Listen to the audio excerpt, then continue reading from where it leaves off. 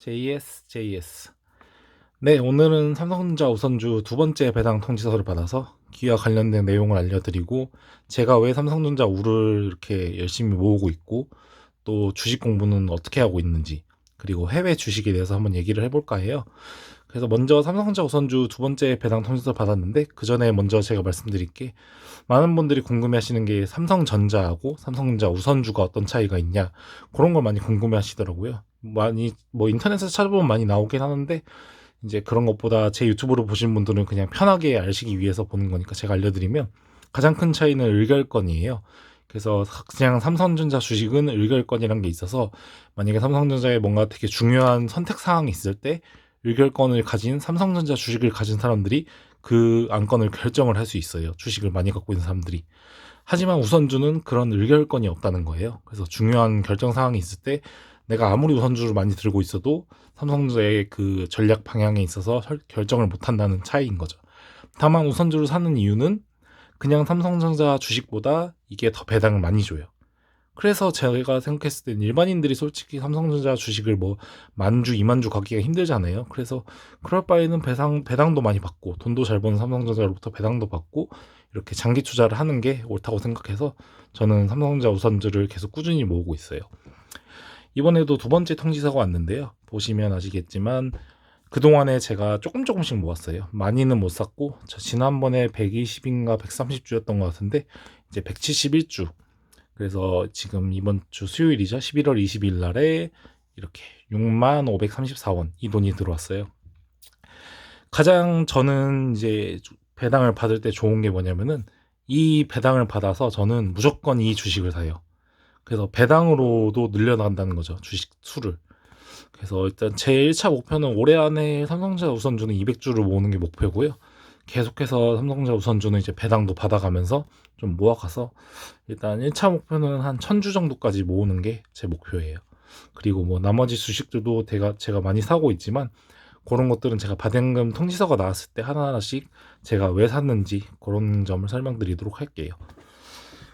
그리고 제가 삼성전자를 왜 사게 됐는지 그 이유를 한번 알려드리려 하는데요.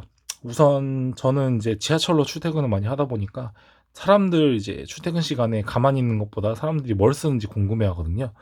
근데 보면은 핸드폰은 우리나라 시장은 거의 애플 아니면 삼성 핸드폰은 다 쓰고 있어요. 예전에는 뭐 스카이폰이나 뭐 LG폰도 많았는데 거의 다 지금 그 두 개 제품만 쓰고 있거든요.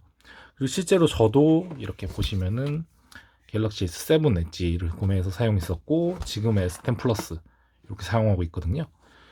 이 지금 두 개 값만, 기계값만 해도 거의 200만 원이 넘는 금액인데, 저 같은 일반 직장인이 200만 원이 넘는 돈을 삼성에다가 지금 3년 사이에 200만 원 썼단 말이죠. 근데 이렇게 구매를 하는 사람들이 전국에 수많은 사람들이 구매를 하고 전 세계 많은 사람들이 구매를 해준단 말이에요. 그래서 삼성전자가 당연히 돈을 많이 벌 수밖에 없겠다는 생각이 들어서 사게 되는 거고요. 뭐 그 외에도 이렇게 갤럭시 핏도 있지만 여러 가지 뭐 가전제품도 담당하고, 뭐 삼성 모니터, 디스플레이도 담당하고 되게 사업 부문이 되게 넓어요, 삼성전자가. 그래서 저는 삼성전자를 믿고 구매하고 있고요. 뭐 무편집으로 찍는다 보니 제가 말이 막 나오고 있는데, 어쨌든 뭐 그런 이유로 사고 있고, 요거는 지난 영상에도 말씀드렸다시피 지하철을 타서 사람들의 귀를 보면 다 에어팟을 차고 있어요. 그래서 애플을 구매했던 거고요. 해외 주식 관련돼서 제가 말씀드리고 싶은 거는, 많은 분들이 해외 주식 하면은 되게 어렵다 생각하는데 요즘에는 좀 어플이 되게 잘 돼 있어서 그냥 국내 주식 사듯이 똑같이 살 수 있거든요. 근데 제가 추천드리는 거는, 저도 마찬가지로 저는 남들이 다 아는 회사를 사요. 해외 주식은 특히나 더. 특히 이렇게 코카콜라 하면은 또 이제 제가 여기 책도 가져왔는데, 워렌 버핏도 되게 제일 선호하는 그 주식으로 알고 있거든요, 워렌 버핏이. 왜냐면 코카콜라를 진짜 전 세계 모든 사람들이 다 마셔요. 특히 뭐 해외여행 한번 가보면 아시겠지만, 음식점에 갈 때마다 뭔가 물은 잘 모르는 브랜드가 있다 보니까 고르기 좀 그런데, 콜라는 뭔가 선택하기가 되게 쉽거든요. 그만큼 전 세계 사람들이 콜라를 되게 좋아하고, 이 코카콜라와 펩시 두 개 외에는 진짜 맛있는 콜라가 한국에는 없는 것 같아요, 확실히.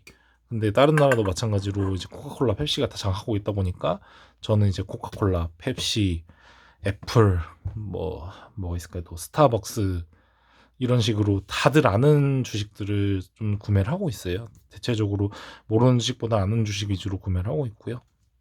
또 최근에는 이제 주식 관련 유튜브를 많이 보다 보니까 이 워렌 버핏 바이블이라는 책을 많이 추천해 주시더라고요.